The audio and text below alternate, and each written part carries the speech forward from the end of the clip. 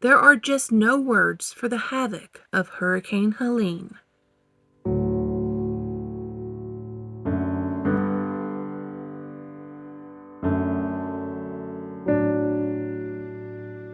We were at prepper camp when Hurricane Helene hit. Prepper camp is in the mountains of western North Carolina in a small town called Saluda. We were right in the middle of it all. Hurricanes don't come through the mountains. They usually dissipate once they hit land, and that is what we were anticipating with Helene. Hurricane Helene's strong Category 4 winds and rain caused death beyond what is imaginable.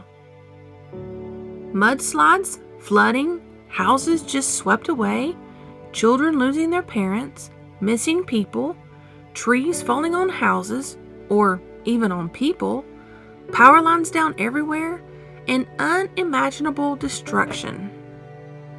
While neighbors have spent endless hours helping each other, raising money, sending supplies, and giving their all, we hear reports of FEMA and other organizations taking those wonderful donations away. We also hear of Kamala considering giving $750 to the ones who have lost their homes and everything that they have but the clothes on their backs, while she continues to send billions of dollars to Ukraine. How is this even close to being right?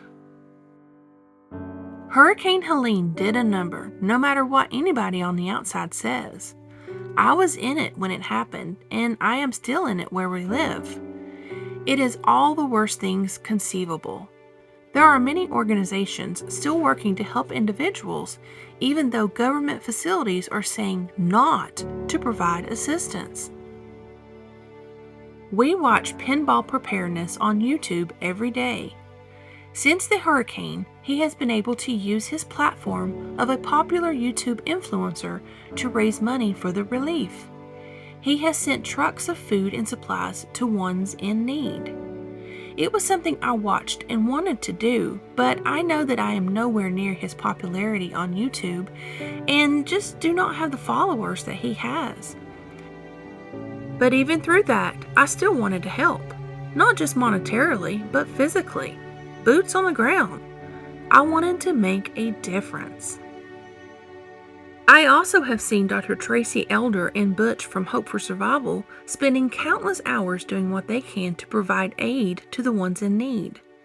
Fortunately, being the leader of a homesteading and prepping community group in my local area, people were contacting me asking me where they could send supplies.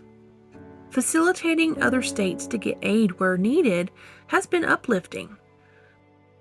Providing food, supplies, and coats for ones in need is amazing. Many, even though they have lost everything, do not want to accept help. Their pride gets in the way.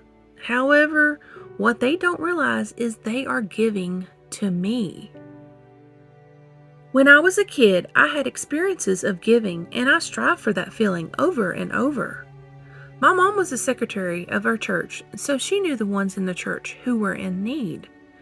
We would purchase bags of groceries, set them outside the door of someone in need, ring their doorbell, and run back to the car.